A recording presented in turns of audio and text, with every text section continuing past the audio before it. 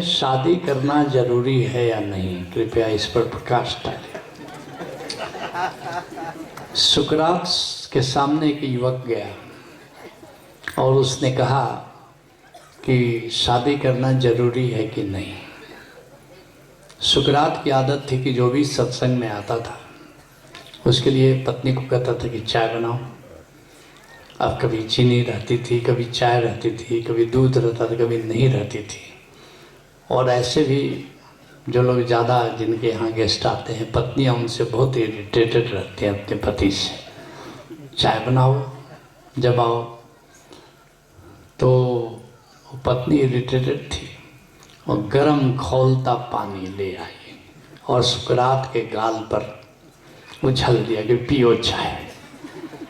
और झुलस गया गाल, उसने चादर से पूछा। तो युवक से पूछा कि हाँ युवक, तुम क्या पूछ रहे थे? युवक ने कहा कि नहीं, अब पूछने की जरूरत नहीं, मैं समझ गया। सुकरात ने कहा कि नहीं, तुम नहीं समझेगे, शादी करनी बहुत जरूरी है।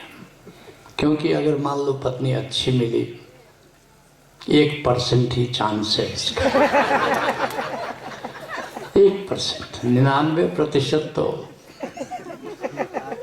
मैं तुमको उस दिन बता रहा था ना कि मानवता के इतिहास में कोई एक पत्नी में लोकेट नहीं कर पाया जिसने पति को वेल डन कहा। न तो सीता ने राम को कहा वेल डन, न रुक्मिणी ने कृष्ण को कहा वेल डन, न द्रौपदी ने अर्जुन को कहा वेल डन। और हमारे ओशोधारा में मैं जब हंस प्रज्ञा होता है तो हाथ उठवाते हैं। आज तक ऐसी एक पत्नी, और पति तो नहीं हाथ उठाते, मैंने पत्नियों से पूछा कभी तुमने वेल डन कहा अपने पति को?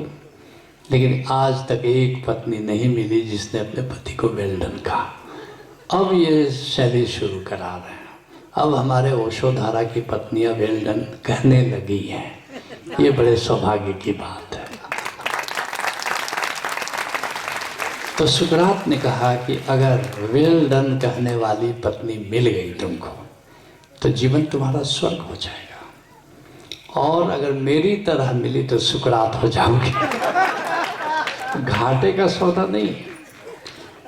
मैं भी अपने ओशोधारा में सबको सलाह देता हूँ कि शादी जरूर करो, क्योंकि शादी नहीं करोगे तो पागल हो जाओगे, और शादी करोगे तो दुखी हो जाओगे। तो दो ही विकल्प है। कि मेरे पास आता भी कोई है कि स्वामी जी शादी करने जा रहे हैं, आशीर्वाद दीजिए।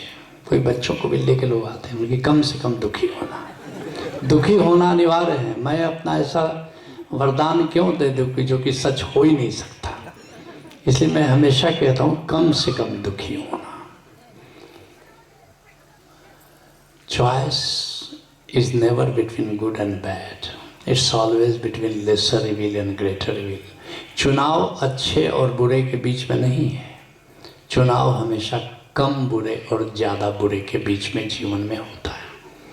तो शादी अगर तुमने नहीं की तो पागल हो जाओगे, और शादी करोगे तो दुखी हो जाओगे। तो एक प्रज्ञावान व्यक्ति क्या करेगा? शादी कर लेगा। एक व्यक्ति ने वैसे मुझसे कहा कि नहीं, पागल होना अच्छा है, कम से कम पागलपन में दुख का पता नहीं चलता। लेकिन सभी जानते हैं कि पागल होने से दुखी होना ज़्यादा अच्छा है। एक और बात है,